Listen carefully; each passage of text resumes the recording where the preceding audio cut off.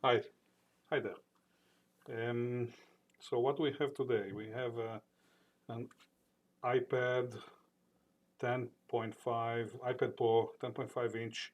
I've already removed the screen, which is a process, very delicate and difficult process on its own. Um, Managed to save it so it's not damaged in any way, shape, or form. The board is currently laying open under the microscope. The issue with that iPad is that it originally came about a couple of months back, um, boot looping, and I was able to uh, basically stabilize it, making sure that it does not boot loop anymore. However, what ended up happening was that after 2 months, the client came back, stated that it started boot looping again out of nowhere. So this time, again, I managed to stabilize it. Um, and I decided to open it up. I try as much as possible to avoid opening these devices up.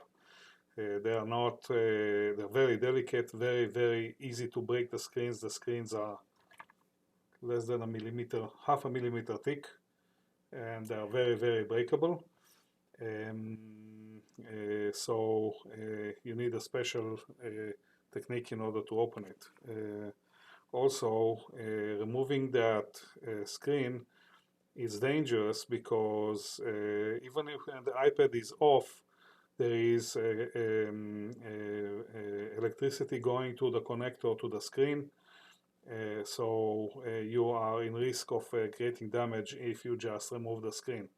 So I had to improvise to actually remove the connector, the battery from the actual board, and that's the basic way of doing that for iPads for these models. There's no battery connector as any other.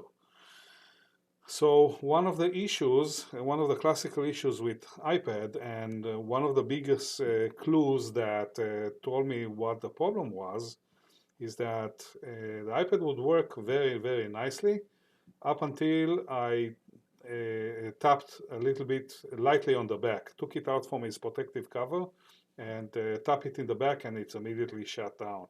So there is a problem with these devices.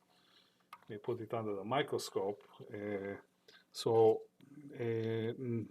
decided to do a thorough visual inspection on the iPad to make sure that nothing is loose, and officially the board is looking nice. There is no liquid damage anywhere. Nobody touched that iPad. It seems to be completely virginized. Nobody pulverized or did any problem with it, did anything with it. So it looks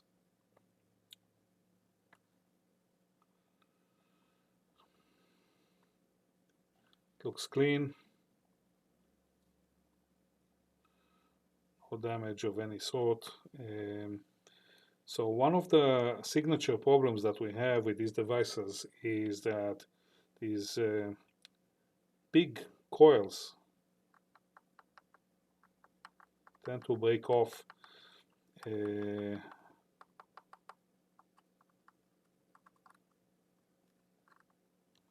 from the motherboard. So what we like to do is to, especially if the iPad was dropped, I like to test them, make sure that they are not moving. Oh, here we go. So this is a loose component. So this is a coil that is a booster coil for the CPU and is situated literally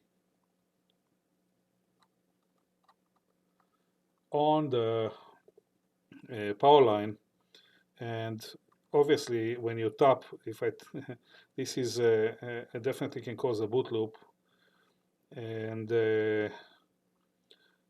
basically it needs to be replaced. So we need to actually take that coil out. The problem is that there is no iPad schematics that I can rely on, and I need to literally try to locate. Go over this again to make sure I don't have any other one of these. This is a signature problem. This is a problem that is well known with these models, and the only way to solve it is simply to take this out and replace it, and this is what I am going to do. After I get that replacement part, I need to figure out what is that coil and what's the value for me to replace. I have a donor board for an iPad, but I'm not sure that this is the correct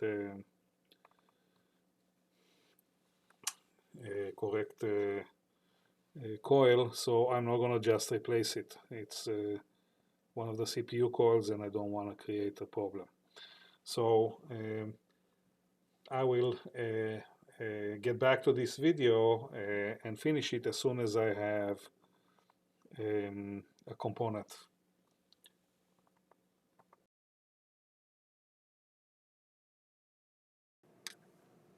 Okay, so back to the iPad 10.5, iPad Pro 10.5 that I've started a couple of weeks actually back. Managed to take it apart. The iPad would have been restarting, boot looping. Every, it would boot all the way up to the logo and then restart.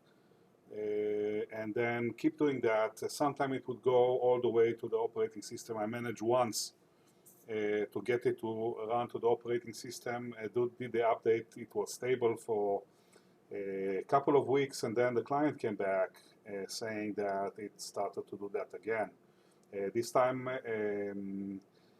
I took it apart all the way to the motherboard. Sometimes I'm trying to avoid doing that because I don't want to open up these screens. These are very sensitive screens that they tend to break very easily, and also it's very difficult to get the battery disconnected from the motherboard because I don't want to remove the screen with it connected, because these models actually have power on the screen even if the screen is off. So by disconnecting a live connector, especially with these devices, you're running a risk of actually damaging other parts like the backlight circuit and many others, and touch IC. So I try to actually disconnect the battery with a rather crude method of actually shoving a plastic card underneath the connector. But this way I'm actually able to save the backlight circuit. Basically, managed to find one of the coils broken. I've taken the liberty of actually breaking it off completely and showing exactly. This is a disease that is part of this series of devices that have the coils actually breaking off from the device. There is a manufacturer defect that is causing that, and you can see it's like I've broken off the coil completely, but and basically this needs to be replaced. These coils are getting loose and basically breaking off. So that was the last time I managed to get a replacement part, and just a sec. Sorry about that. So I already took the liberty of actually removing the coil, and now we need to actually take the legs off. Let's try and see if I can do that with a little bit of hot air. And before we do that, I want to preserve the components on the side, not to get overly hot. I'm going to do that by placing a little bit of thermal resistant tape on the components here, and we need to take the legs off. So okay, take that piece off.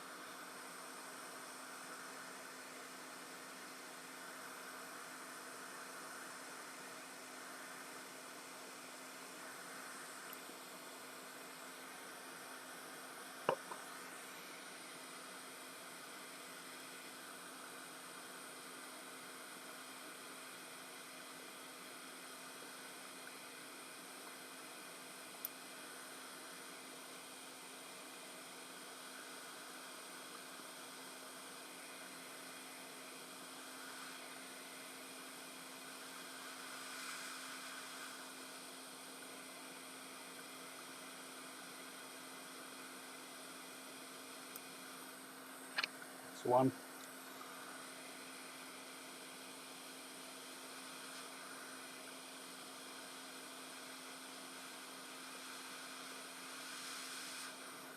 So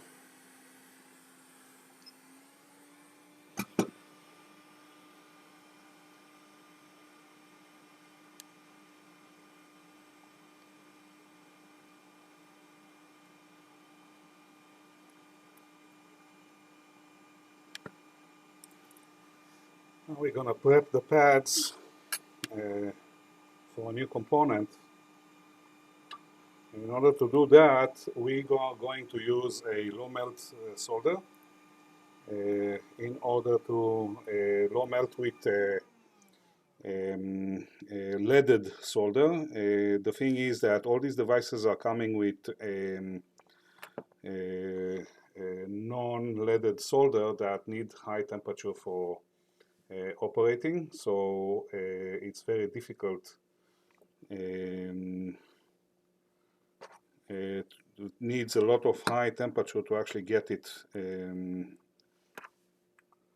So what I do, I normally prep the pads and remove that high melting solder out of that device by, first of all,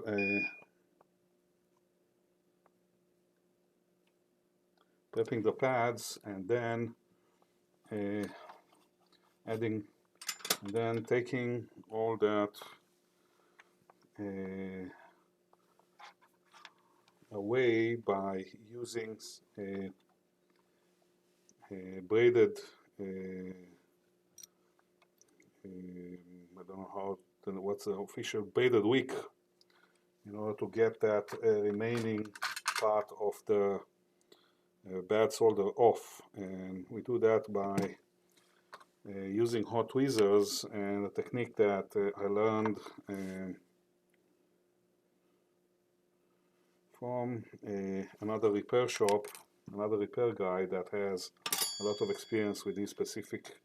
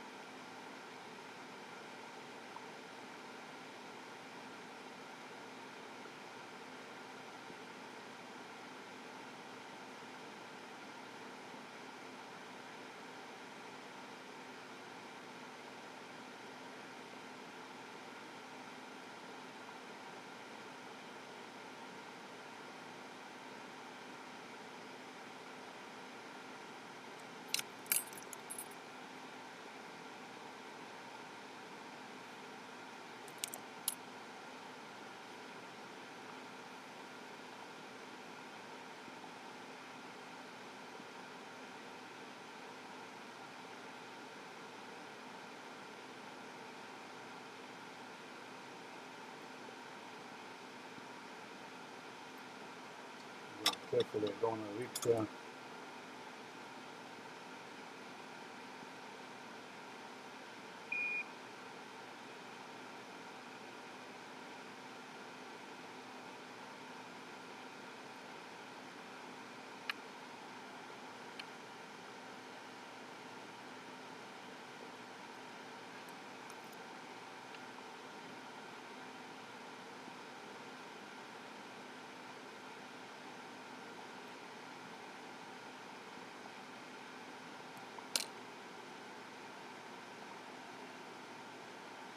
do that again, this time with a fresh piece of blade.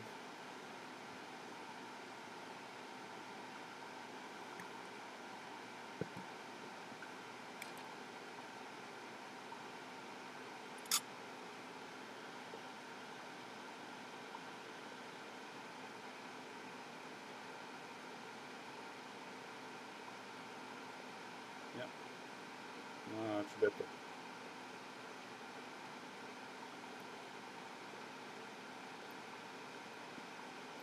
Okay, it's a little bit cleaner. I'm gonna put some alcohol, make sure that the pads are nicely done. Now, once we have that out of the way, let me just clean it up a little bit.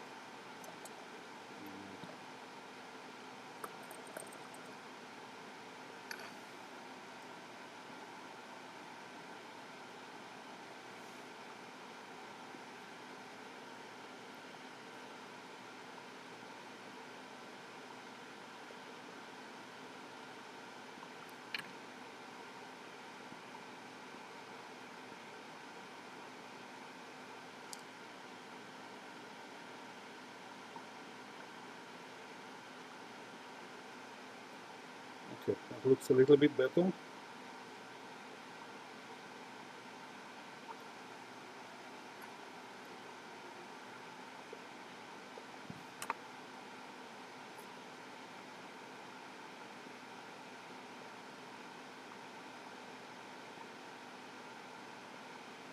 Get the new part.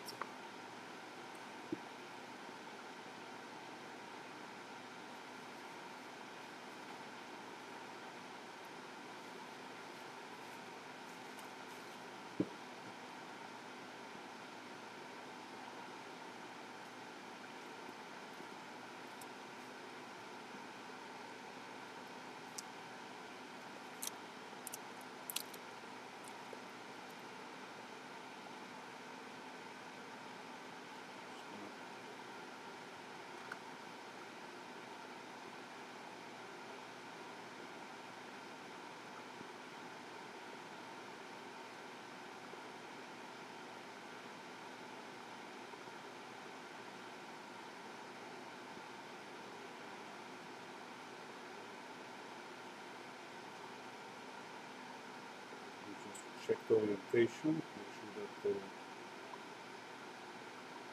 I did send the client a picture.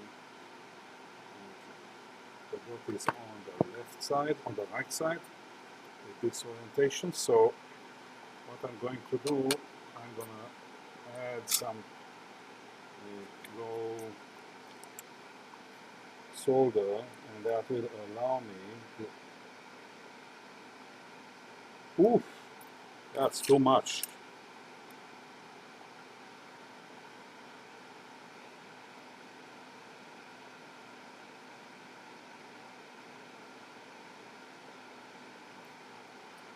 I need to do that again now.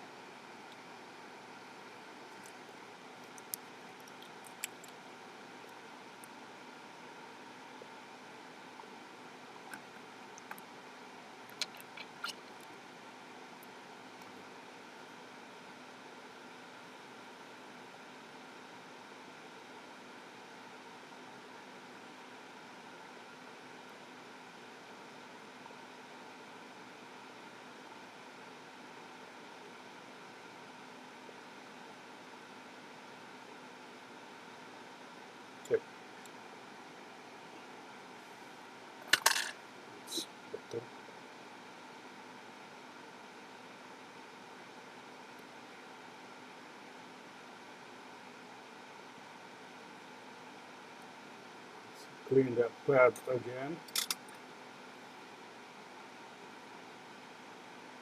I think we have enough solder on the pads. I don't need to add anything more, just to clean out, make sure that everything is nice before I'm actually coming with a new component. I don't want to add a new component in that.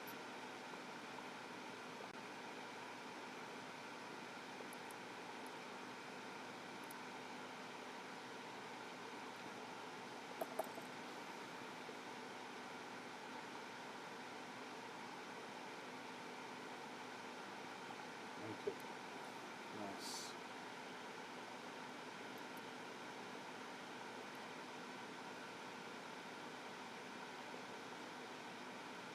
Now, by adding a low melt solder,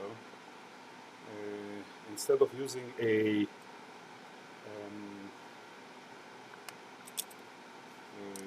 non-leaded one that the melting temperatures are much higher, I'm actually reducing the risk of actually damaging any of the other components out there. So in terms of damaging is that when I apply hot air onto that environment, basically the risk I'm running is that I can melt all the components next to it. So by using a low melt, I'm actually reducing the temperature that this specific component will actually melt, and by doing that, I'm actually isolating the heat, shortening the time that I'm actually working on that environment, not getting the melting temperature to the level that is going to melt the components next to it. So, okay, let me get a new coil.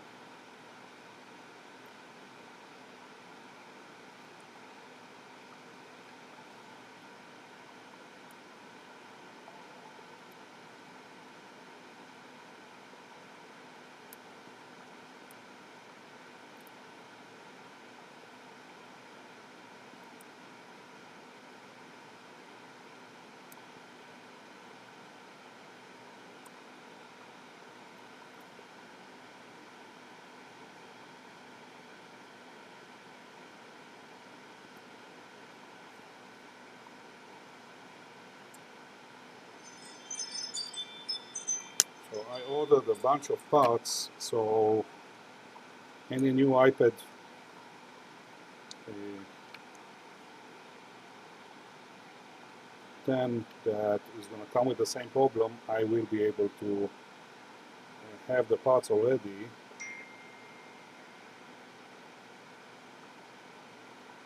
When if they come over for repair, you can place that in the right place.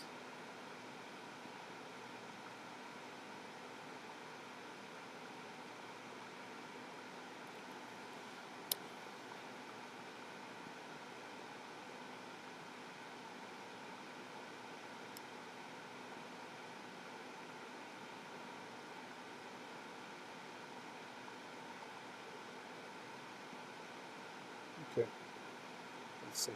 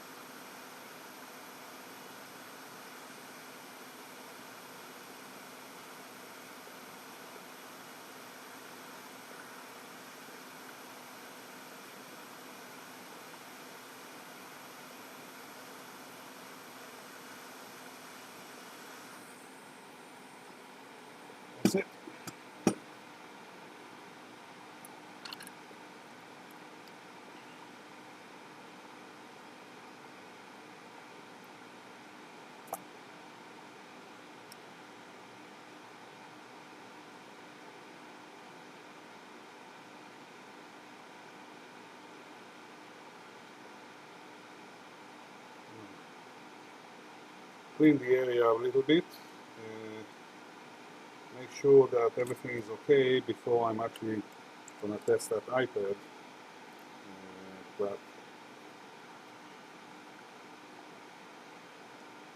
it does look promising. Component is seated nicely.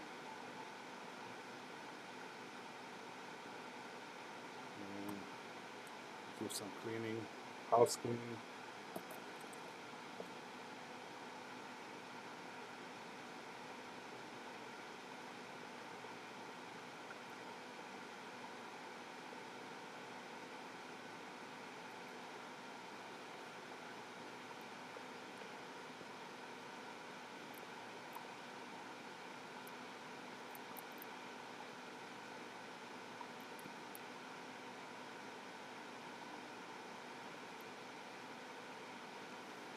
Okay.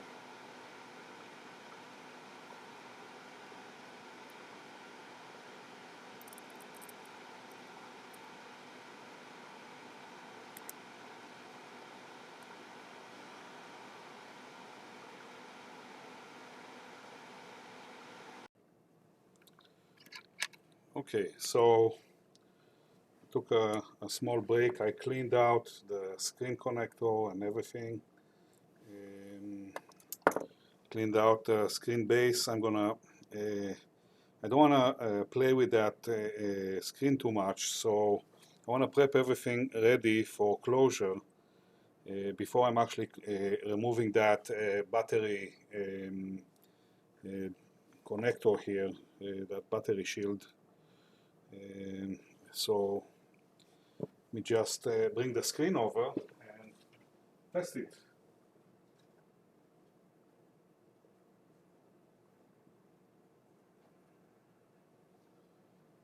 After replacing the coil, we get a charging cable.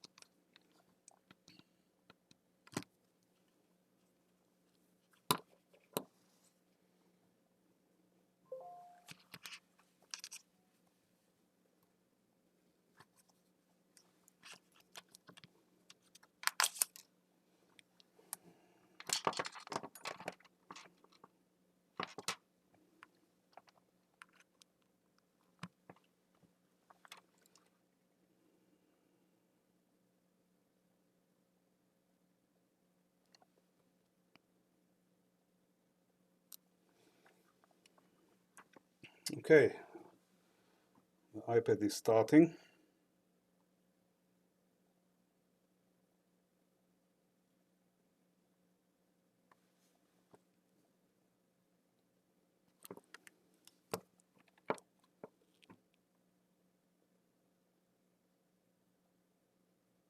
That's not a good sign.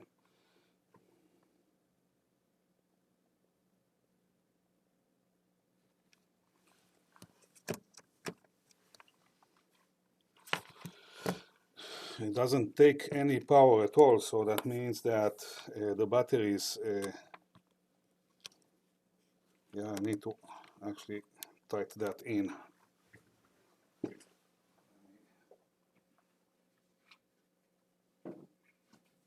That.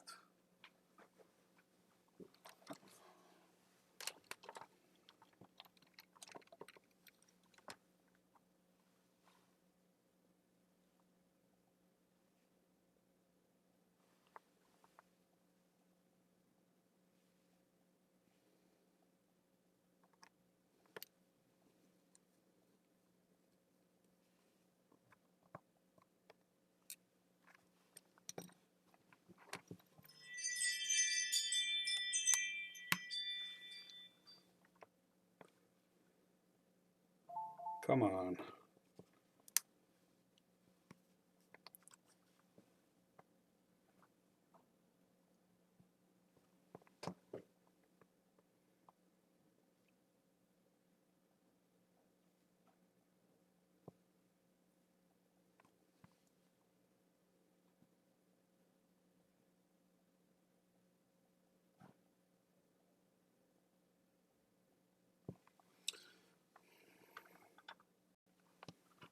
So, iPad is charging and booting on. I'm gonna keep my client's information secret, but as you can see now it's booting. I'm gonna leave it like that. It used to actually get to that situation, you know, as soon as I tap here in the back, the iPad would have restart immediately. It doesn't do that any longer. That means that the iPad is actually fixed, and I'm gonna now leave it like that for a little bit. It's charging. Screen is looking exactly as it's supposed to. Gonna add the remaining shields and close it down and do some testing to make sure that it is stable. And that's it. And I'll call the client and tell him that his iPad is ready. As much as I hate opening up these devices and fixing them, if any of you have an issue with a boot looping iPad, we love fixing them for you. Yeah, as a client, we will fix it, no issues. Screen replacements, everything we will gladly do. That's it.